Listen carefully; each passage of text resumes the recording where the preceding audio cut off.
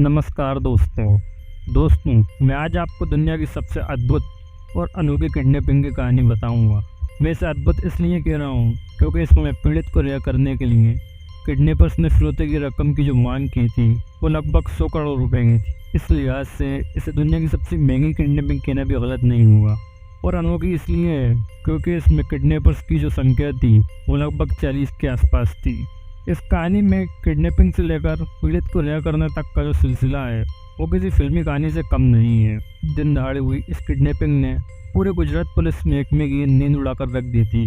इस किडनैपिंग कांड ने गुजरात से लेकर बिहार तक की राजनीति में भूचाल लाकर रख दिया था, क्योंकि इससे कई बड़े नेताओं का नाम भी जुड़ रहे थे। गुजरात के उस वक्त के मुख्यमंत्री और हिंदुस्तान के आज के प्रधानमंत्री नरेंद्र मोदी ने भी पुलिस से इस केस को जल्द से जल्द सुलझाने और किडनैपर्स का पता लगाने का आदेश दिया था। तो कौन थे वो किडनैपर्स और कैसे एक छोटे से सुराग से हुआ उनके पूरे प्लान का पर्दाफाश, जानने के लिए बने रहिए वीडियो में हमारे साथ अंत तक। लेकिन वीडियो में आगे बढ़ने से पहले अभी तक आपने अपने चैनल प्राइम टाइम ऑफिसर को सब्सक्राइब नहीं करा है तो सब्सक्राइब करके ऐसे अमेजिंग कंटेंट लगातार देखने के लिए नोटिफिकेशन बेल को प्रेस करना ना भूलें।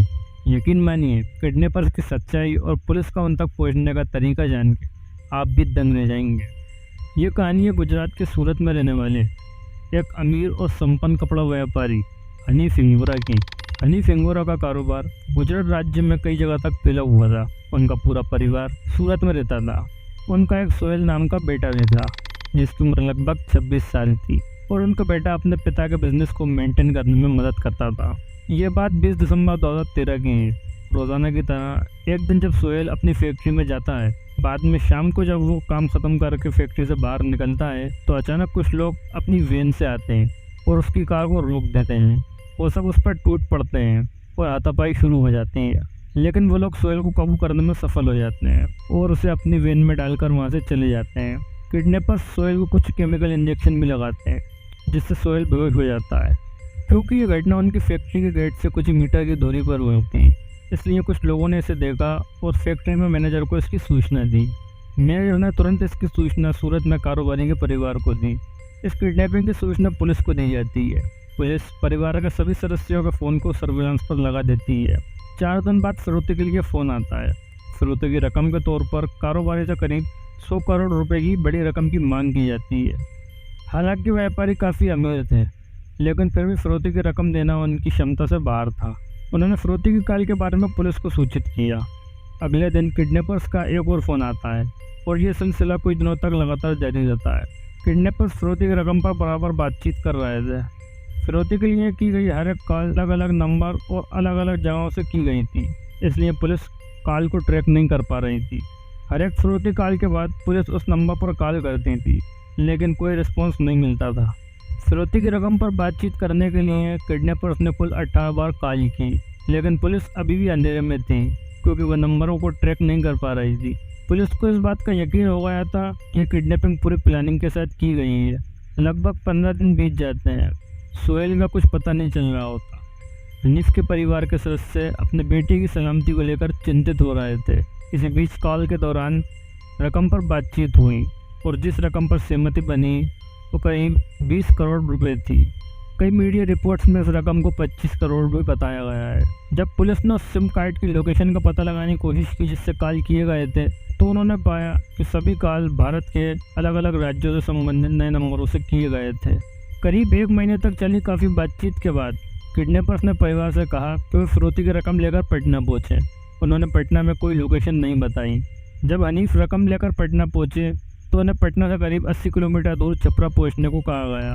किडनैपर्स ने उसे यह भी कहा कि रकम मिलने के बाद वो उस जगह का खुलासा करेंगे जहां वो अपने बेटे को जीवित पा सकेंगे, लेकिन उन्होंने हनीफ को पुलिस को शामिल न करने की धमकी भी दी, नहीं तो वो अपने बेटे को मरा हुआ पाएंगे।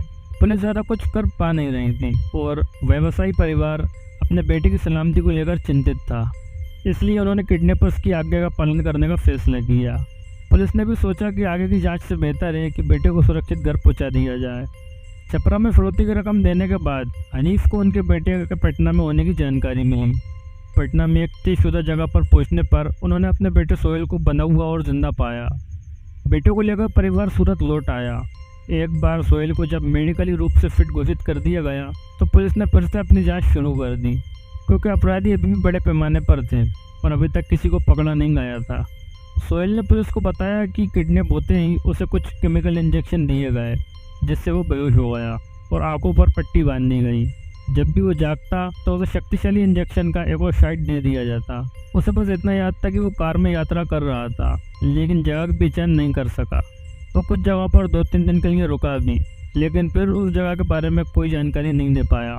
उसने आगे बताया कि उसे एक ऐसे कमरे में ताला लगा कर रखा जाता था जिसमें कोई खिड़की नहीं थी और उसे बाहर जाने की इजाज़त भी नहीं थी। इसके अलावा किडनैपर्स ने कभी भी एक दूसरे को नाम से नहीं बुलाया, इसलिए वो किडनैपर्स का नाम नहीं जानता। वो पुलिस को कोई ऐसा सुराग नहीं दे पा रहा था जहाँ से वो अपनी जांच शुरू कर सके। उसने पुलिस इन्वेस्टिगेशन टीम को बताया कि उसे ऐसे घर में ट्रांसफ़र कर दिया गया जहाँ वो सबसे ज़्यादा दिन रहा। उस घर में एक शादी समारोह चल रहा था और उसे दूल्हे के घर के बेडरूम को पेंट करने के लिए मजबूर किया गया था। पूरे शादी समारोह के दौरान उसे दूसरे कमरे में बंद करके पैदा दिया गया और उसे किसी से बात करने की भी इजाज़त नहीं थी। जिस कमरे में वो बंद था उसमें एक टीवी लगा हुआ था और वो फिल्में देखा करता था। किडनैपर्स के साथ रहने के दौरान उसे ठीक से खाना खिलाया गया था और उसे प्रताड़ित भी नहीं किया गया था। पुलिस उससे किसी भी मुताल्लिक सुराग के बारे में पूछ रही थी जो उसे किडनैपर्स तक पहुंचा सके। एक दिन जांच के दौरान सोहेल ने बहुत खास जानकारी पुलिस को दी जो उसे याद थी। वो इस मामले में एक अहम और साबित हुई। सोहेल ने बताया कि वो अपने कमरे में टीवी देखता था। टीवी से जुड़े सेटअप बॉक्स में बचे हुए बैलेंस की कमी की वजह से कनेक्शन की कस्टमर आईडी शो करने वाला एक मैसेज फ्लैश होता है, जिसमें चैनलों का आनंद जारी रखने के लिए सेटअप बॉक्स को रिचार्ज करने के लिए कहा गया था। वो 3 दिनों तक टीवी पर कोई भी चैनल नहीं देख पाया क्योंकि वही मैसेज बार बार आ रहा था। उसे 10 नंबर की कस्टमर आईडी याद आ गई और उसने उसे पुलिस को दे दिया। पुलिस ने सबसे पहले उस टीवी ऑपरेटर की पहचान की जिसकी ये आईडी थी। उन्होंने संचालक से ग्राहक के बारे में जानकारी जुटाई। उन्हें पता चला कि टीवी कनेक्शन बिहार के छपरा के एक घर का था और हाल ही में रणजीत सिंह के घर में शादी समारोह हुआ था। तो रणजीत सिंह लीफ की फैक्ट्री में काम कर चुका एक पूर्व कर्मचारी था। वो गढ़ई के एक निलंबित एएसआई एन मीणा सिंह का बेटा था। एन मीणा सिंह को अटेंडेंस फाइल में फर्जी एंट्रियां करने के आरोप में एएसआई के पद से सस्पेंड कर दिया गया था। पुलिस रणजीत सिंह के परिवार वालों को गिरफ्तार कर लेती है। पुलिस जांच के बाद खुलासा होता है कि रणजीत सिंह के परिवार ने इस किडनैपिंग की साजिश रची थी। पूरा परिवार एक गैंग के रूप में काम करता था। कुछ सदस्यों को लक्ष्य की पहचान और चयन करने का काम दिया गया था, बाकी सदस्यों को किडनैपिंग का काम दिया गया था।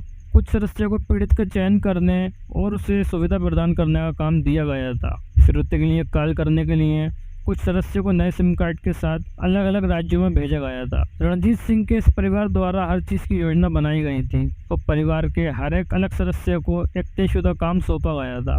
बाद में पता चला कि इस अपहरण में एक ही परिवार के कुल 40 सदस्य शामिल थे। फिरौती की रकम मिलने के बाद पूरी प्रक्रिया में सदस्य की भूमिका के आधार पर हर एक सदस्य को उसका उचित हिस्सा दे दिया गया। रणजीत सिंह के परिवार के सदस्यों के खाते बंद कर दिए गए और बाद में खातों से फिरौती की कुछ रकम बरामद कर ली गई। गुजरात पुलिस के सूत्रों के मुताबिक इस किडनैपिंग कांड में बिहार की leading political party Janata Dal United JDU के एक बड़े नेता और बिहार के ही एक सीनियर गवर्नमेंट एम्प्लॉई का हाथ था। हालांकि गुजरात पुलिस ना तो इस बात को कोर्ट में साबित कर पाई और ना ही इससे जुड़े कोई सबूत दिखा पाई।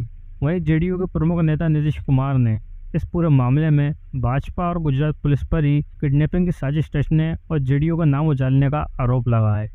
मुख्य अपराधी चाहे जो भी रहा हो, हनी फिंगोरा और उनका परिवार अपने बेटे को जिंदा और सही सलामत पाकर काफ़ी खुश थे। आज सोहेल 36 साल के हो चुके हैं और अपनी ज़िंदगी खुशहाली से गुजार रहे हैं। दोस्तों, मुझे उम्मीद है कि आपको ये वीडियो और हमारी मेहनत पसंद आई होगी। पसंद आई हो तो इसे एक लाइक से नवाजना ना भूलें और साथ ही अपने दोस्तों के साथ भी शेयर करें और हमारे चैनल को सब्सक्राइब करना तो बिल्कुल भी ना भूलें। और साथ ही मैं मिलूँगा आपसे नेक्स्ट वीडियो में। जब तक अपना ख्याल रखें। साथ ही इस वीडियो को आखिर तक देखने का बहुत बहुत धन्यवाद।